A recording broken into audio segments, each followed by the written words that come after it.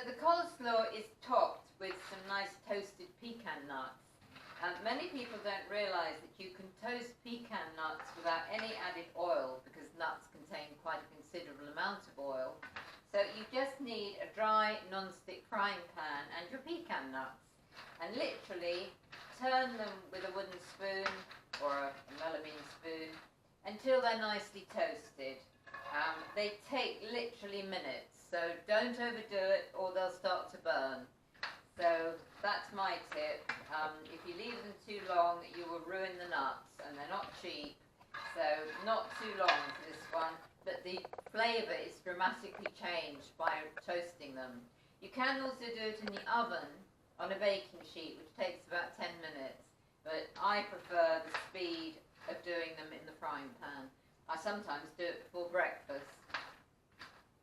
So I'm talking now about my super coleslaw, which is from my new book, Superfood for Super Agers. I love this one because it's particularly healthy, and I made it this morning, so I'm just going to talk you through it. It's basically grated beetroot and carrot with a grated courgette, some spring onion, and some herbs and pecan nuts. So I just thought we'd finish it off. This is the shredded beetroot, which you can buy from the supermarket. Or, of course, you can buy raw beetroot, peel it and grate it. The carrots you can also buy ready grated, and they're available. Normally I wouldn't buy them, I would grate a carrot because hey-ho, it only takes a minute. But they are available if you prefer the convenience of ready prepared. And all you do is put them in a mixing bowl with half an eating apple, the other half goes in the pork burgers.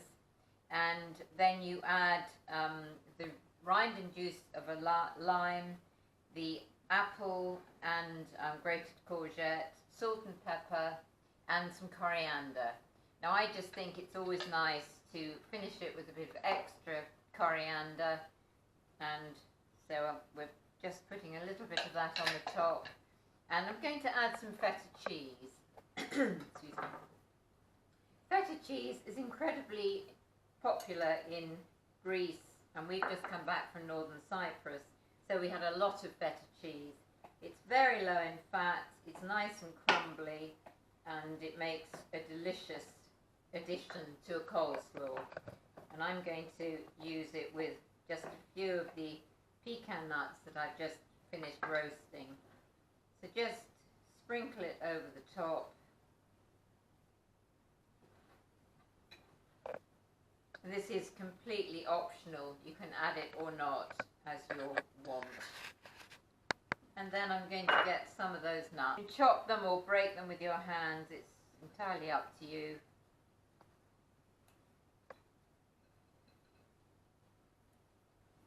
And I think you'll agree that makes a most attractive coleslaw to go with your pork burgers.